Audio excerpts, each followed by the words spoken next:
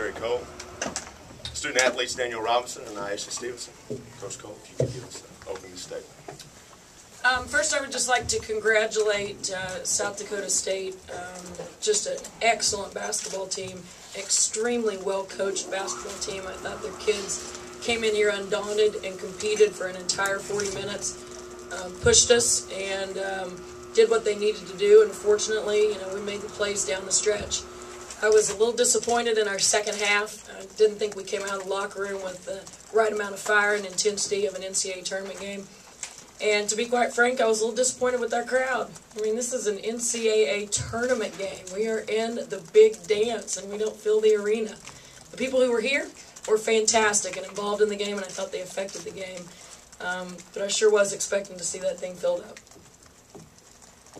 Daniel, how much did your tempo in the first half, your ability to press, and you demanded to get out on the floor and cause some turnovers was effective? It was huge for us in the beginning. We knew that coming in that we had to use our athleticism to our advantage. We turned them over sometimes and got some easy points transition, and that's what gave us the lead early. Hey, Danielle, down the stretch you had a little jumper. You guys were in about a 4-minute drought or so offensively. You hit a jumper, kind of gives you guys a cushion. Talk about that and sort of the urgency to score there. Yeah, definitely. I mean, they made their run, but we handled it, and that was just a rhythm shot. Something I didn't really make tonight, but I made it when it counted, and that's what it's about. You just gotta make plays down the stretch when it counts. Now you shot. As a team, you got to shot 20% less in the second half. Why do you think that is? I'm not exactly sure, but one of our assistant coaches, Jan Ross, she came up to me. She said, when someone, it doesn't matter, keep shooting it. She said, I don't care how many times you miss, we're not going to score any points if no one shoots. So I don't know why we didn't shoot, but that was probably going through our head because we were missing. D-Rob, they went zone second half a lot. And you guys struggle with that? They don't play a lot of zone. Yeah, they broke our rhythm. We stopped moving and cutting and passing like we were in man. But, we put AT at the high post, and she did some good things there, so that helped us. Danielle, is that a difficult team to play? They're obviously not nearly as athletic as you guys, and yet, they made you play the whole 40 minutes. Oh, yeah, South Dakota State's a great team. They shoot the ball extremely well. I don't know how many threes they had, but it might have been more than their average. Oh, about their average. They just play hard all the time. They got all the loose balls. And they just play for each other. They're a great basketball team. And they talk about how difficult it is to stay on their shooters.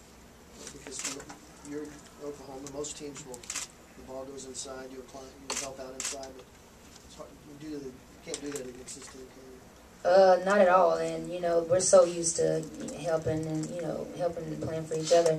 And they also do a great job, away from the ball, getting the backside, the weak side occupied. So, just in case we do slip up and try to help, we can't even do it then. So, and they set really good screens, solid screens. So they got open a lot. And, yeah, definitely good at getting our players open.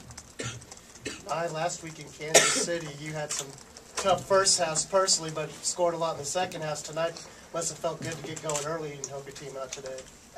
Definitely. I just kind of said, okay, it's a new week, get it off the shoulder. Just know that, it's not all on you or anything. You have teammates. So I just played through them, and, Danielle, she, of course, she gives great passes. She had, 7, 8 assists. I mean, when she's giving me the ball, penetrating, and I know, she believes in me, so I'm going to knock it down.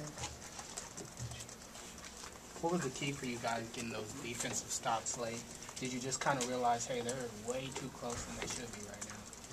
Yeah, for sure. Look up, it's like 7-point game with like 3 minutes and 20 seconds left or something.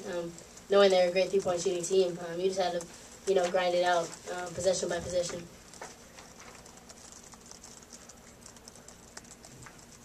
Any further questions for our student athletes? I'll ask one. I don't know if you've asked already, but their zone defense, did it slow you down? And if it didn't, why or how did it slow you down? Yeah, it definitely slowed us down. I believe Danielle did answer this, but yeah, it just broke our rhythm because, like she said, when we were running man, I mean, we were moving, passing the ball, but, we didn't do anything really in the zone, so, yeah, it kind of slowed us down and got us out of our rhythm. Danielle, it looked like you had the advantage with Abby and Joanna inside. You wish you could have even gotten the ball in there more as the game went on? Oh yeah, for sure. But it was up to us guards. We stopped moving. So when they did, we did throw it in there, and everybody collapsed. So that's our fault as guards. We need to move more to give them easier looks. And then that spacing. Right. Danielle, this is Sherry talked about the crowd. What was your thoughts on the atmosphere? It's a rare opportunity when you get to play in your own home court. I mean, the crowd that was here was awesome. But, like she talked about, I was also expecting more people. But, I mean, with what we had, we're grateful for everybody that came out.